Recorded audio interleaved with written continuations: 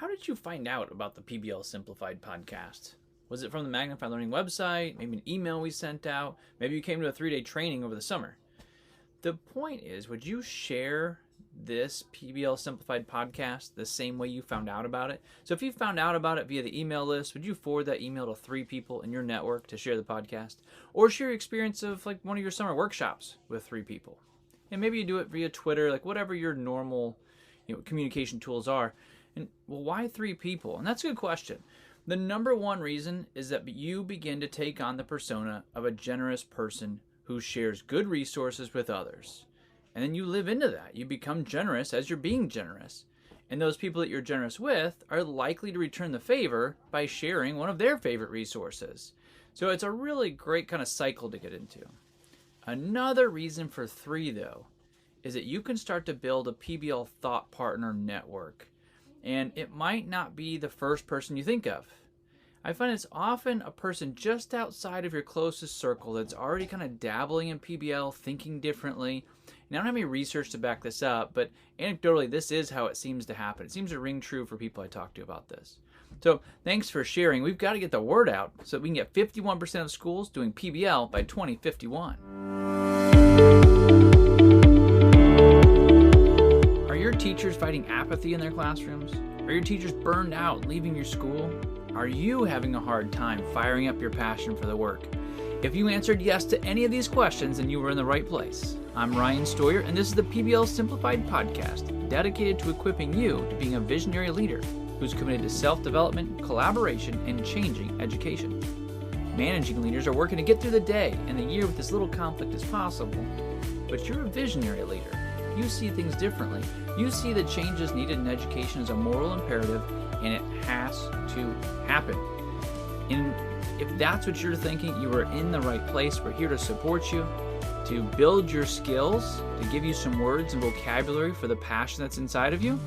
Welcome, Visionary Leader. On the last Wednesday of the month, we bring in a PBL Leadership Guest, and we have an absolute gift for you today. We've got Brenden from MasterTalk on the podcast today. He's going to talk about public speaking for your students, but really for you, visionary leader. How do you practice speaking? You say, oh, well, I was a teacher for so long. I get it. I know how to speak in front of people. Yeah, but what if you practiced and fine-tuned that so it was a superpower? And you could bring your vision out in any conversation you have. Brendan's going to give you some practice tools that you can use to make that a superpower for you. Our need to know today is what learners is PBL best suited for. The Leadership Leap is around EntreLeadership by Dave Ramsey. And our sponsor for today is whatispbl.com. Go to whatispbl.com today to get a free download. Whether you are a superintendent, principal, coach, or teacher, you can select administrator or teacher and get resources specifically set out for you and the work that you have ahead of you. Go to whatispbl.com today. Our need to know might seem a little fuzzy. PBL, what students is it good for? But I get some version of this question often. It happens very often. Is this going to be good for our gifted and talented learners? Are the kids with IEPs going to be able to do this? Are they going to struggle? And my answer is really pretty much the same. PBL, project-based learning, is good for the learners that you want to be engaged. Learners. They're going to move from students to learners. Right? They're going to change their identity as they go through project-based learning. They will become more engaged because it's real-world work. And once they're engaged, then you can get to the rigor. Now, do mid and low performing students love PBL? Of course. There's a why behind it, right? They want to know the why of education. It's not inherently shown to them. And I think that's fair, right? I think we should ask the question of why is this important to me? Why is algebra important to me? Why do I need to know compound complex sentences? These are valid questions we need to answer, and project-based learning does it. It puts a why behind it. You still have the why of, yes, you need to know this for your biology class to sophomore year in high school, but 8th graders don't care about that yet. That's way too far away. If you think about how adults are planning, that's usually too far away for them to even think through. As far as reasoning and a why to get you motivated, what project-based learning does is it gives you an authentic why that moves closer to your learner. And when the why is closer, the motivation goes up, the engagement goes up, and they dive in. What about your high achievers? Now there is some point, there is a good exercise to go through, how does PBL work for your learners that are not super successful in the current school system, those that are in the middle and just coasting by, and then our high point getters. High point getters don't necessarily like project-based learning right off the bat. It doesn't mean they shouldn't get PBL though. They need it. There is no company on the planet that puts 30 engineers in a room, gives them a talk, and then asks them what they remember. That doesn't happen. So if they just know how to get points, it does them no good in the workforce. They have to know how to problem solve, collaborate, think critically, see a problem, and come up with their own solutions. If I'm your boss and I have to give you all the solutions, I don't need you there. We've got to teach these kids that are winning at school or getting the points. They might be winning at the wrong game.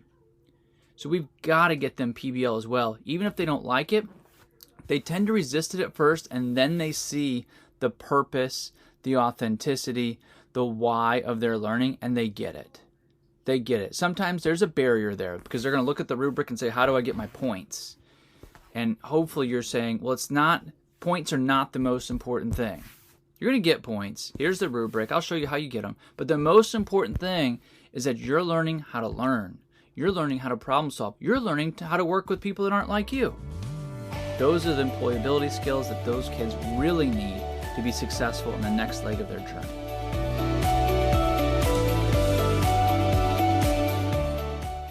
The leadership leap today is a good one. I could talk about it all day, but I'll be concise. EntreLeadership by Dave Ramsey. I love entrepreneurship. I think it makes sense in our schools. I think it makes sense in the world. Michael Hyatt wrote a book that we should probably talk about called Entrepreneurs Will Save the World. It doesn't totally fit what we're talking about, but I think EntreLeadership really does. This is really going to relate right to you, the building principle, the visionary leader. Here's the opening of the book. What you're about to read is not a business and leadership book that is theory. This is not a book with formulas based on research. This is a book with principles that were discovered by experience. If you look closely at these pages, you will see they are dotted with lots of blood, gallons of sweat, and many tears. This is the personal playbook of an ultra-successful entre leader. You are about to learn from me and my team of leaders what we have learned by doing it. That's awesome. I just love the heart of that section of text from EntreLeadership. Yes, the theory's there. That's important. Dave Ramsey knows the theory of entrepreneurship. He knows it of finance. But that's not what he wants to convey. He wants to convey those things that have actually worked in the business world, in leadership and management. So let me dive in a little bit more. Here's EntreLeaders defined, and then I'm going to twist it for you, the building principle. A leader, according to Webster's dictionary, is someone who rules, guides, and inspires others. The dictionary says an entrepreneur is someone who organizes, operates, and assumes risk for a venture. The root word of entrepreneur is a French word, entreprendre, meaning one who takes a risk. So for our purposes in EntreLeadership, it's defined as the process of leading to cause a venture to grow and prosper with risk. Now, Dave Ramsey is talking about EntreLeaders. I want to talk to you about intrapreneurs. You have entrepreneurs that are out there making their own business. You also have intrapreneurs that are in a larger organization, but they're thinking creatively, they're thinking differently, they're not afraid to take risks, and they know why they're doing the work. Tell me if some of this relates to you. I want EntreLeaders who can be, see if this relates to you, passionately serving, mavericks who have integrity, disciplined risk takers, courageous while humble, motivated visionaries, driven while loyal, influential learners. If this podcast is resonating with you, project-based learning, being innovative on the front lines, visionary leaders, these are the things that likely describe you. And I say intrapreneur because you're inside of a larger organization, but you're still a disciplined risk taker. You're a servant. You're a motivated visionary. I love the definitions here. All right, I've got a few more sections of text that I really want to convey to you so that you'll either go out and buy this book or you'll grab some of these ideas and run with them. You are the problem and the solution. Now, this is wild from Dave. He says, so the problem with my company then and now is me. The problem with your company is not the economy. It's not the lack of opportunity. It's not your team. The problem is you. That's the bad news. The good news is if you're the problem, you're also the solution. You're the one person you can change the easiest. You can decide to grow your abilities, your character, your education, and your capacity. You can decide who you want to be and get about the business of becoming that person. That's so good. Building leaders, you are the asset and the liability. You must invest in yourself. That may mean you reinvent yourself. That may mean that you have different conversations with the people that you used to have, the usual conversations. Like you don't get to complain down anymore. That's not a thing, right? You listen to those and you compliment down, and you can complain up if you've got a leader above you. If you don't have a leader above you that you need to get a mastermind. You need to get a group of like-minded principals around you so that you can talk through the real parts of your job that are tough. And those people will make you better just by being in the same room as them. The mastermind that I'm in has been a monumental change for me because I'm around like-minded people in a very positive way, having conversations that are innovative and creative and risky in a place where people don't shoot me down right away. You need those same things as a visionary leader.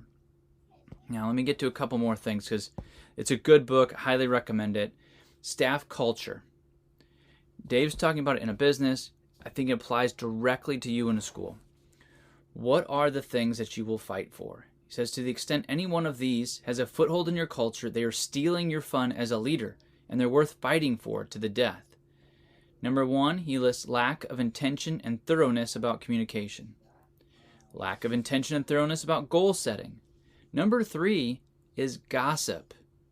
Dave Ramsey has been known to fire employees because they gossip, because it's so bad for culture, which means it's so bad for your intended vision. Like, it does not happen. I love the idea. He's got a few more. We like to add in the 24-hour rule. If you have a disagreement with someone, you've got 24 hours to go address that with them in a professional manner. And if you don't, then you need to live with that. Like, that's your choice. But you don't get to hold that grudge for 3 years because someone didn't agree with you in a staff meeting. You've got 24 hours. And when you put that in place, people take you up on it. That's an interesting thing, right? You might just say, well, I guess I have to forget about it. Maybe they really don't. But when you list the 24-hour rule as part of your culture and rules, it makes people take action. And it's typically very professional, civilized conversations. When you said that, I felt like I was left out of that conversation. Or when those teams met, I felt like I should have been in one of those. Can you tell me why I wasn't? And teachers will come to you and it nips that gossip right in the bud. Great stuff. All right, I've got 2 more pieces that we have to talk about. Number 1 is vision, because we talk a lot about vision here. One of your main jobs as a visionary leader is to launch a vision. As the entree leader, you have to share your vision with your team early and often. It is impossible to talk about it too much. Impossible to talk about it too much. Boom. That's it. You need, whatever your tagline is, whatever your vision is, you need to talk about it all the time. My staff hears about 51% of schools using PBL by 2051 all the time. 51 by 51. That's our goal. That means we've got to bring more schools on board, and we have to support the schools that are on board. Otherwise, we never get there. They hear it again and again. They know what it is. Does your staff know what your vision is? Again, you cannot talk about it enough. All right, one more thing. Decisions are liberating. You will find that decisions are liberating. The paradox is that some of the most stressed people on the planet are people who are frozen by indecision. I like to use the term action brings clarity. When you start moving towards something, you can see it clearer. We talked in a previous Leadership Leap in Jocko Willick's book, stop, relax, make a call. It doesn't even matter if it's the wrong call, right? Make a right or wrong call, and then you can adjust from there, but make a decision. All right, working for 15 years to be an overnight success is one of Dave's last things that he puts in here, and we have walked that out for sure. I've been at conferences, national conference, in fact. One of the first national conferences I went to, 3 people showed up. 3. So any success that we've had on this podcast at this point, we're in the top 5% of all podcasts. Like, you all are listening, you're sharing, the YouTube channel is being shared, it's growing. All those things, this overnight success that we're having is a decade in the making. It is conference after conference of presenting to different groups, small groups, big groups. But I'll never forget the conference with 3 people where we started. But you keep grinding because the work is worth it. You are likely an intrapreneur. So grab Dave's book, Entrepreneurs. I think it translates really well, actually. All right, for our main episode, we have Brenden from MasterTalk. It's such a good interview. We're going to chop it up, actually make it a whole nother section, I think, in some of our YouTube videos. He does a great job of telling you, the leader, why you need to practice. And then he also, very generous as a servant leader himself, talks through the idea of how we can help our learners get even better at public speaking. It's such an integral part of success in today's workforce. Enjoy this interview.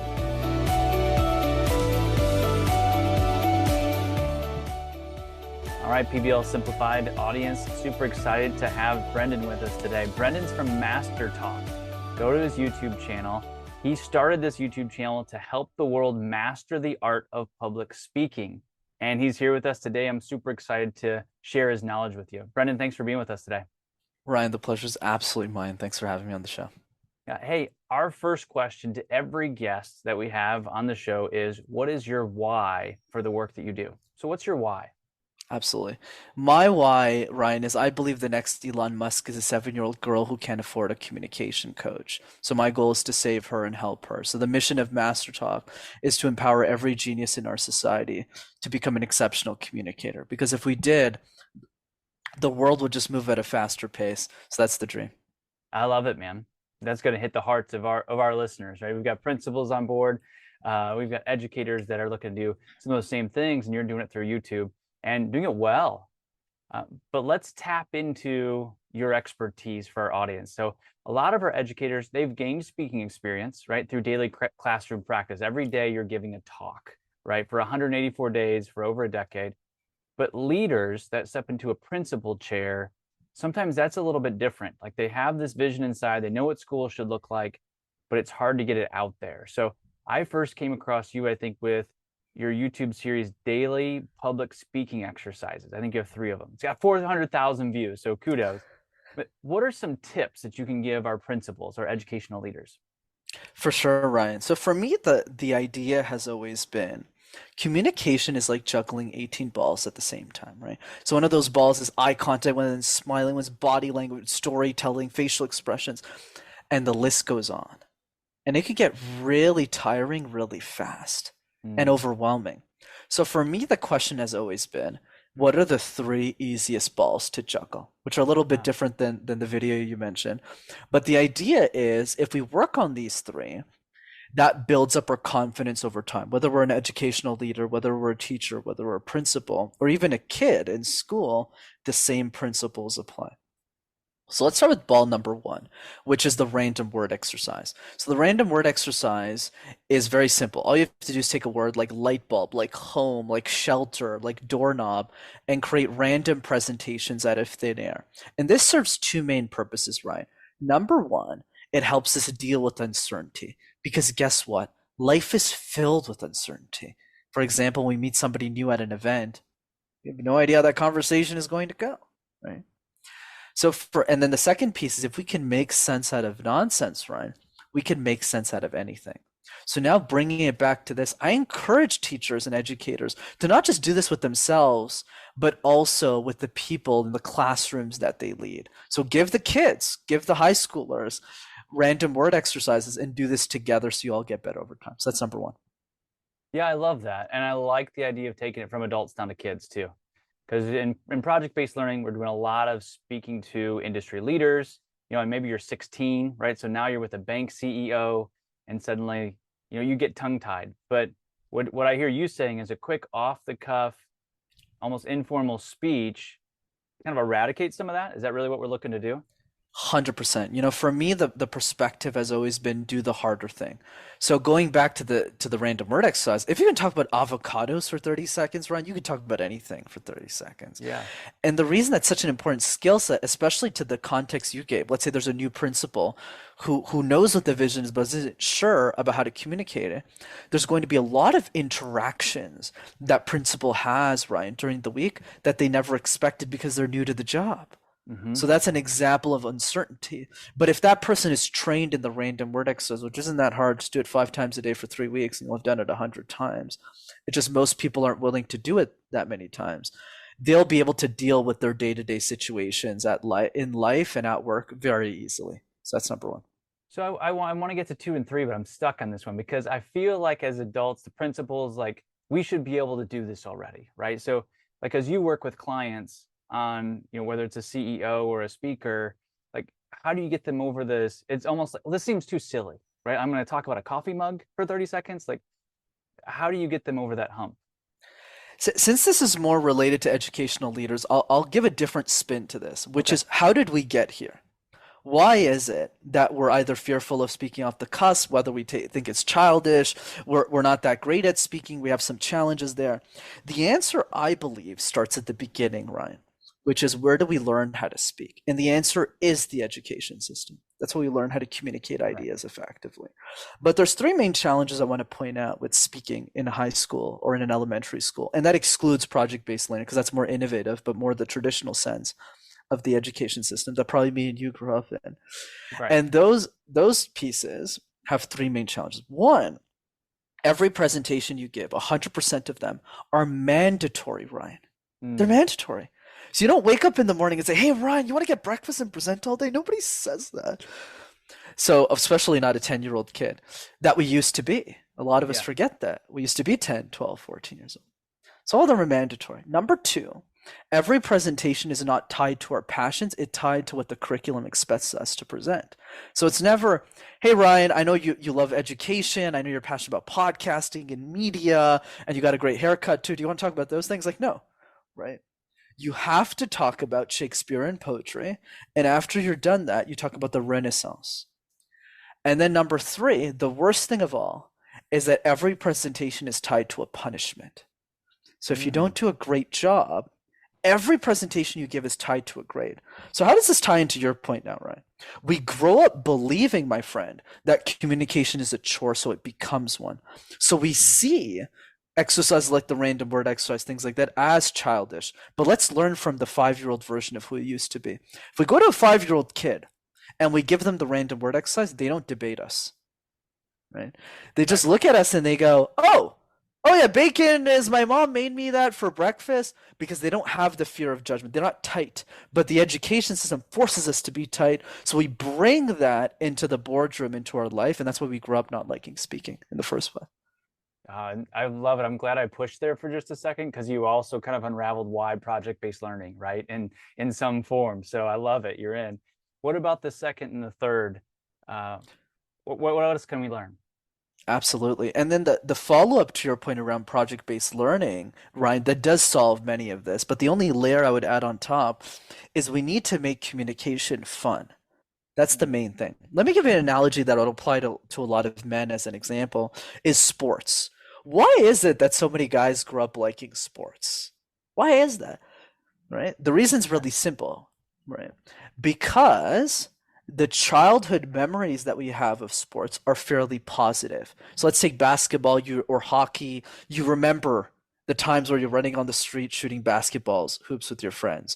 You remember the gym classes. You remember the nights out with your dad watching the Super Bowl together. Those are the memories you grow up with sports. But what if I presented a different frame, which was every time you shot a basketball into a net, Ryan, I would hit you with a basketball every time you missed. We wouldn't like basketball anymore. Right. Changes it. Right. So every memory we have of communication, you ask any adult, is negative. Nobody looks at you and says, you know, when I think back to my communication days, Ryan, I feel so much joy and happiness.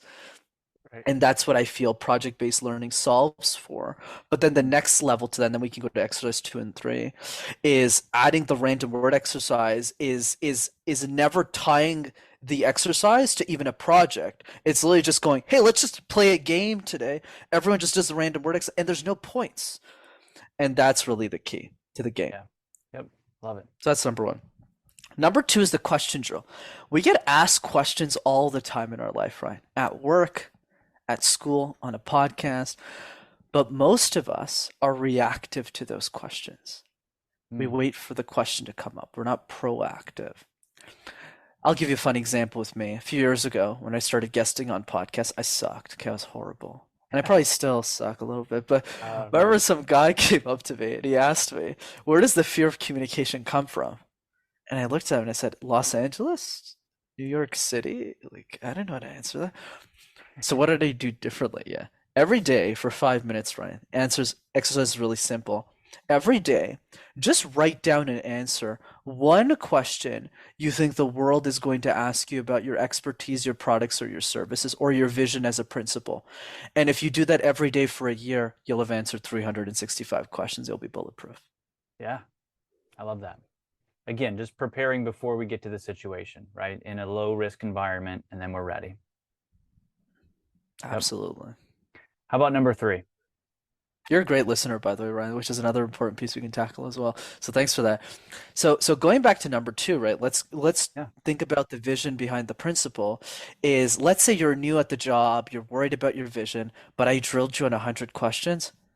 Your vision is going to be perfectly sound when somebody's asking you questions. So let's say I come in as an example. It could be anybody. It could be another principal. Let's go, what about this? What about that? What about this?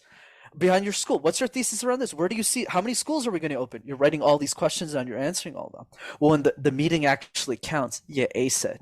And that's really the magic of number 2. Yeah, I think before you hit 3, I think that's where our coaching comes in and is so effective. Like I coach principals, assistant superintendents, and sometimes they mark our coaching time as this magical thing. And really, I'm just asking questions, right? The questions that they're about to get, so they can practice, and then they go and it's like, well, that went really well. Those are the same questions Ryan asked me, right? So they get to practice. So I love this idea that anybody listening right now can do those same things. I love that. So they're lucky to have you, so it's even easier that way. So that's number 2. And then finally, number 3 is so simple, nobody does it, Ryan. The video message. All you have to do is make a list of people that you really love. People in your life, people in your family, people at work. And just send them a 30-second video note to just say, hey, Ryan, I'm thinking about you. I love the work that you're doing, the impact you're creating with this podcast. I hope you're having a wonderful week. Just wanted to let you know how much I appreciate you. That's it. It's so simple. And what I also get kids to do, which is fun, is I have kids send video messages to their aunties, their uncles, their grandparents. And this is a great frame for us because the person receiving that video message isn't looking at the kid and going, hey, you made these 10 speaking mistakes. They go, oh my God, did Jason really send me a video? This made my day. It's so amazing. It's so cute. And we don't bring that same perspective as adults, Jason. Sorry, it's not Jason. Why did I say Jason? Ryan, in the sense of when we're sending video messages to our friends, we think, oh my God, what will this person think of me? Oh, I'm not perfect. The lighting isn't right. Whereas the receiver of that message thinks, wow, Ryan took time out of his life to send me a video message. He must really mean something to me. I must mean really something to him. So it really makes my day. So yeah, I encourage people to do that more. Yeah, and I'll just plus one that one. It's a funny, ironic piece because I don't know that I watched this in one of your videos. So I did do some binging on your channel, but I just did that last week. And so I can just attest that I felt great because it was more than a text, right? I got to communicate more, I felt like, with, my facial expressions, maybe some hand gestures. And every person I sent one to just responded super positively to those video texts. And, some were friends, one was a coach, one was a potential partner, right? And it was like, hey, how you doing? Just checking on you. And they came back and said, oh, let's make sure we get together and sign that contract. All right, that was not why I reached out, right? But it was a super positive response coming back.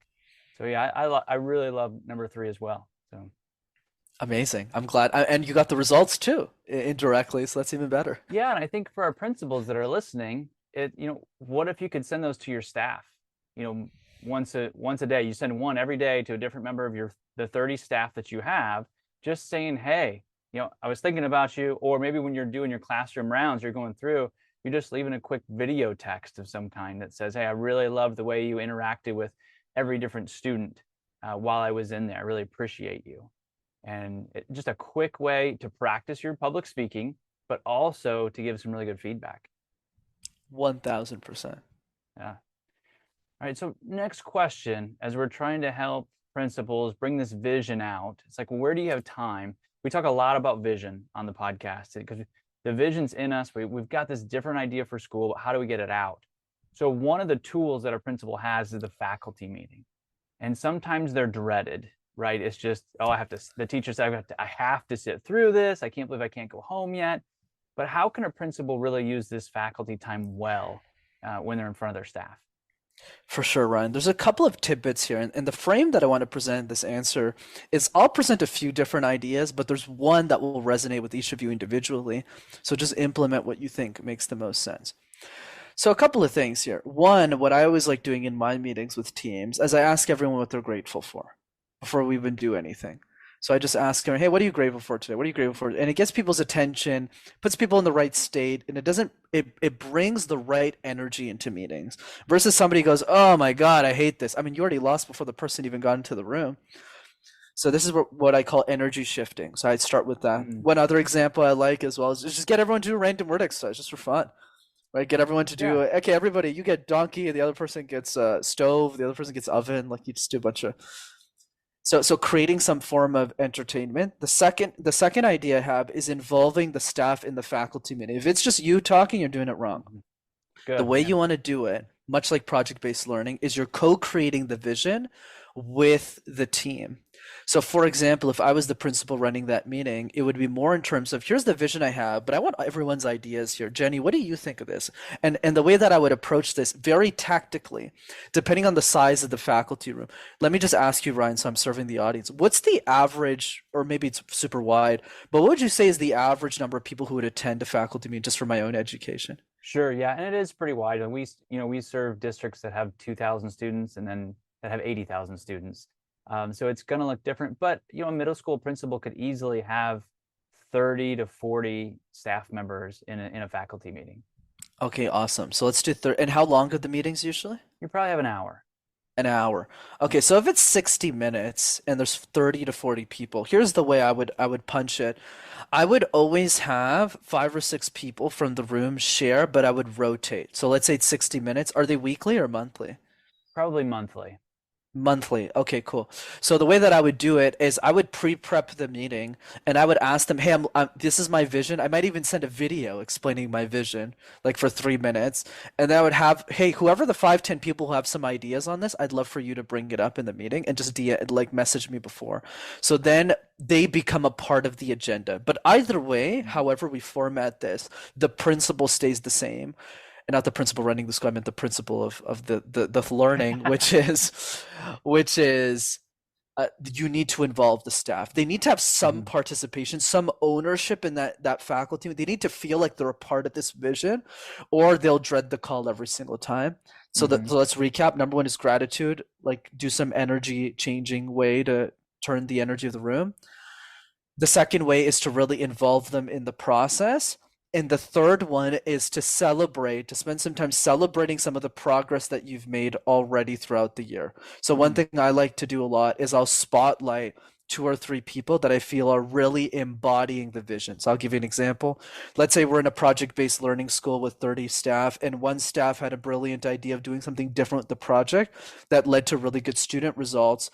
I would use that time to highlight them, or even better, have them share that best practice with the group for 3 to 5 minutes and applaud them and get them a golden star in any way, shape, or form that looks like. Obviously, we don't have all the money in the world in ed. So what that looks like is video message, a small gift, a cheering, a welcome card, a thank you card, and there's ways of over delivering there. Well, and in some form, even by acknowledging, right? Like we're giving that golden star, if you will, right? By saying, hey, this is really what we're looking for, tells everybody else in the room, this is the direction we're going. Absolutely. And I'll give you a fun example that's happening right now in this podcast is I actually applied my own advice for those of you listening, which is notice how I didn't pretend to be the show off. Oh yeah, I'm the #1 expert in education. That's not my full area of expertise. So I was asking you questions. Hey, Ryan, how long are these meetings? But you don't see it as a weakness. Oh, Brenden doesn't know what he's talking about anymore. You said as, oh, Brenden really cares about serving the audience. Now I feel more invested in what Brenden has to say. Right? Because he's really asking the questions instead of just talking about as if he knows everything in the world. And that is exactly how we should be running the schools too. When you ask those same questions to your teachers, they want to be involved. They don't think less of you. They're actually more invested in you, and they want to share more with you, and they'll stay loyal. But that's a vulnerable move, isn't it? As a leader to say, hey, maybe I don't have all the answers, but you're saying that's really kind of puts us in a better position. Is that fair? Absolutely. And I'm sure you teach that to your people too, but that's really the key is when we ask those questions, like I just did with you as a quick example, like how long are these meetings? I'm not as familiar. Then what happens is I'm able to give the best advice, but also involve other people in the process. Yep. Just to debrief, as our listeners listening is, I did feel that. I was like, oh, great. So this answer is going to be customized, to my audience, which is, I'm always trying to deliver value. So really appreciated that as you came on and then asked some of those questions to make sure it was spot on. Absolutely. All right. So let's go to students. So in project-based learning, we've got our students talking like literally to bank CEOs or engineers or doctors, people that aren't always in their circle of influence, right? They might not have an engineer in their family that they've talked to before. Somebody's going to come in a suit. That might be a little bit different. So we're going to do the random word exercise so they're comfortable speaking. Are there other things like just presenting themselves well or questions they can start with to handle this situation in a professional way? Absolutely, Ryan. So let's reinforce the fundamentals, and I'm happy to give the more advanced treatment for that specific crowd.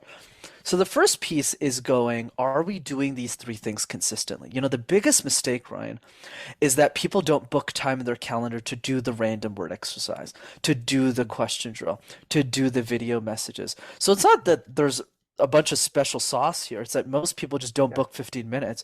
It's kind of like with fitness, with the gym. You go to your first gym, whether you want to lose weight, you want to be more lean, you want to gain more muscle mass, doesn't really matter, or you just want to stay healthy. And the trainer's asking you, like, what do you want to focus on, Brenden? And I go, I want to do calorie counting, and I want to see what are the specific diet plans that I should be utilizing, what are the specific regimens. And then the trainer just looks at me, Ryan, and says, are you walking 15 minutes every day? And I go, no, why is that relevant to this conversation? and he goes, well, that's where you got to start. So it's the same thing, right? And what you'll find shocking, Ryan, because I teach a lot of SVPs on this, so with kids it works even better, is when the child or teenager does this 100 times the random word exercise, their confidence is at another level. Because literally the week before, they don't even want to do it once. They go, oh my God, what will people think of me? But after 100 times, they go, this is easy. Like, what else can I do? And their energy around communication, which is the most important thing to fix, changes. It changes from, oh my God, I got this project I need to finish. Even if they have ownership, they'll still dread it a little bit. Maybe not a lot, but they'll still dread a little bit because their parents will find out if they don't do well, blah, blah, blah, right? Or they'll think that. They'll have those inner voices. But then the other piece is like, if it's just a random word exercise, I do this 100 times and we're celebrating, I'm giving people cupcakes for doing this well, then it's like, okay, now I'm excited about communication. So that's the first frame. Do the question drill. Question drills will also help with the bank CEOs, but we just make it less threatening for children. So we go to the child and we just go, hey, if you are the bank CEO, what questions would you ask yourself? So we keep it more open-ended. So the kid goes, so there's no bank CEO in the room. It's like that guy's or that gal is coming in 2 months. Right. We're making it a fun interactive. So you literally copy paste what I'm doing in the school, which is you have a group of kids, 10 to 15 kids, and you just role play. Hey Jenny, what do you think? And then Jenny goes, "Oh, I think the bank seal," but you never say it's a wrong answer. You go, "Oh, that's a great question. What else?" You always Mhm. just build on top. John, what do you think? So now we have 50 questions. Now let's play another game, team. How would we answer these questions? So I want all of you today, all 10, 15 of you, to just pick one question that you'd be comfortable answering. So now what I'm doing is I'm still doing the question. I'm just a lot more aggressive if I was coaching a principal or if I was coaching an executive. But with a kid, I make it feel really fun. Yeah. And that's how you build their critical thinking skills. So then when they get into that meeting with the bank CEO, they're way less intimidated to deal with that person. Well, I like that you brought up the idea of energy. I'm not sure I've really gone there with speaking, and beyond tactics, right? If we change the energy of our students so that they're excited to be in these positions and have that conversation, because when the bank CEO comes in, she's never like intimidating, like leaning forward, Yeah, of right? course. She's always very inviting. So if we can just change the energy of our students, we probably won at least half the battle. Absolutely. And I'll give you a little fun trick that I'm kind of coming up with right now. And maybe some people will apply. I'm just having fun kind of sharing ideas here. Is the way I would approach it, and I had the same thought as well. I doubt the bank CEO is coming there and being super aggressive, right? Right. But what could be interesting is before the presentations even begin, there's like a 15, 20-minute segment where one of the kids interviews the CEO. So it's fun and personal. So let's say the CEO is there and everyone's Yeah. intimidated, but then the kid is asking her like fun questions like, what's your favorite color? What's your career? And they're making jokes. The intimidation level goes from like 80 to 0 really fast because everyone's laughing. So Right. that's another thought I had to kind of Well, lighten the mood. I love that. So principals, let's do that. And here's why. What the research shows, especially around STEM careers, is that when we introduce a STEM professional to our students, they're more likely to consider that field as a profession. And I think a lot of it is they just go and say, "Oh, Brendan's a normal person. Like he smiles, he asks good questions, he tells jokes. I could do that." Right. And it's the "I could do that" is what we're really trying to get to. So I like the interview to just diffuse the whole situation and say, "Hey, this bank CEO is pretty normal. Like she likes pizza, I like pizza. I could be a bank CEO." And that's part of what we're trying to do with project-based learning, is to break through that and say, "I could do that." So I like that suggestion. Absolutely. And I'm a big fan of project-based learning as well. I think it's awesome. Yeah, you've been a great proponent here in this interview. I'm gonna have to reframe my one question. I've got two questions for you still. The next one I'm gonna have to reframe, and then we'll talk about how people can get more information and get in touch with you. But my question was, how do we help students get over the fear of public speaking? And we've got our exercises now. Do we need to change our wording around public speaking though? Right? Like that term, fear of public speaking, I feel like it's pretty mainstream and it's probably detrimental to the process, isn't it? 1000% Ryan, right? It is exactly. Let's go back to Jerry Seinfeld's fun little quote, right? I'd rather be in the casket than give the eulogy. And sure, that is funny, but that's also really threatening in our culture Yeah. because we see communication as this ends all be all. Like if we don't do this, our life is over and everything. We go straight to the punchline. So you're right. I think the big change that we need to make in the education system, and I feel project-based learning is a big piece of that, is really changing the entire lexicon, making Mhm. people feel that communication is like playing basketball, is like going to recess. And when that equates to each other, everything will change in the way that we communicate and share ideas. That's why, by the way, to be a little bit more technical, because your audience is more advanced, this is why on my YouTube channel, I never share or talk about glossophobia, which is the medical term for the fear of communication. You'll Mhm. see every video, as you've seen, I don't Yeah. bring it up. I don't even talk about the fear, Yeah, right? that's right. I've Right. noticed that, as you're speaking to the camera, obviously you're using all the techniques that you talk about and teach, but I think that's where you got me to reframe my last question, right? Is, let's reframe the energy we should have around public speaking. Let's reframe. You've used that terminology a couple times, is how do we frame this opportunity for students instead of this big scary event where we're going to talk to a stranger? What if we reframe it as an exciting opportunity? Exactly. And the way you can do this, I'm still figuring out ways to tweak this for a younger demographic, but definitely it'll work for teachers right off the gate, which is a simple question. How would your life change if you became an exceptional communicator? Don't think about the fear. Think about how would your life change? Not just at work, but for me, communication is raising a family. It's raising your children. It's talking to the people that we love. It's ordering food at a restaurant. It's going on dates. It's how do we lead a higher quality life? So what I would do if I was facilitating this with a group of children, which is rare, but maybe once a year I'll do that, it'll be something along the lines of, I want all of you to come up with the ideas. What do you think are the benefits? So a guy who's 14 might say, oh, like I could play video games better with my teams. Awesome. Well, you write that down. And you get everyone right there. I'll be able to, and then somebody will say the date comment, and we'll all laugh about it. We're like, yeah, I guess you could approach people. So we're all kind of making jokes, but what this does is we're shifting the energy of the room. And then right after we shift the energy, we go straight into the random word exercise and people have fun with it. Yep, I love it. I think my takeaways, this idea of changing the energy around public speaking is really important. Also, the idea that, we didn't totally get into this, but I think you've spoken through it, is there are no natural born speakers that are just, hey, you're going to be a speaker. It's exercises that take 5 minutes, right? The same way if you want to get in shape or you're going to run, you're going to take time to do that. Take 5 minutes a day, 15 minutes a day to do all 3 exercises. You can change your classroom. If you're a leader, you can change the way you communicate to your staff. So this has been excellent. Thank you, Brenden. I've learned a ton. I think we're going to bring some of this stuff into our workshops for the teachers that we serve. And I know our leaders are going to grab this as well. So how can our listeners get more of this? How can they best get in contact with you? Absolutely right. This is such a treat. Thanks for having me on the show. It's super fun. So 2 ways to keep in touch. The first one is definitely the YouTube channel. You can just go to MasterTalk. You'll have access to hundreds of free videos on how to communicate ideas for free. And the second way to keep in touch is I do a live workshop over Zoom that's completely free that I do for the community every 90 minutes, for every 2 weeks for 90 minutes. So some people are CEOs who come to that call. There's also children who come to that call. Really, everyone's open to jump in, and you get to see me in action for 90 minutes and learn from that too. So if you want to jump on that, go to rockstarcommunicator.com. Rockstarcommunicator.com.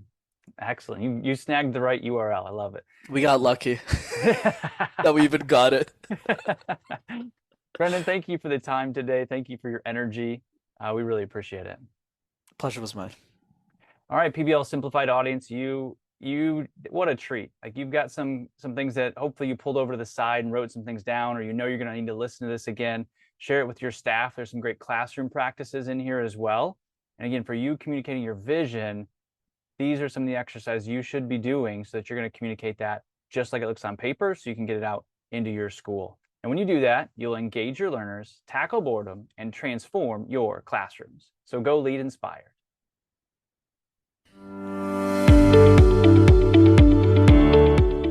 Thank you for listening to this episode of the PBL Simplified Podcast.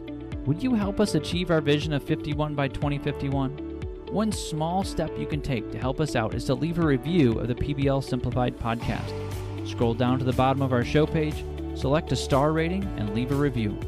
Your review helps others find this podcast. When you leave a review, the next visionary leader will see your words and join us. Thank you for leading inspired.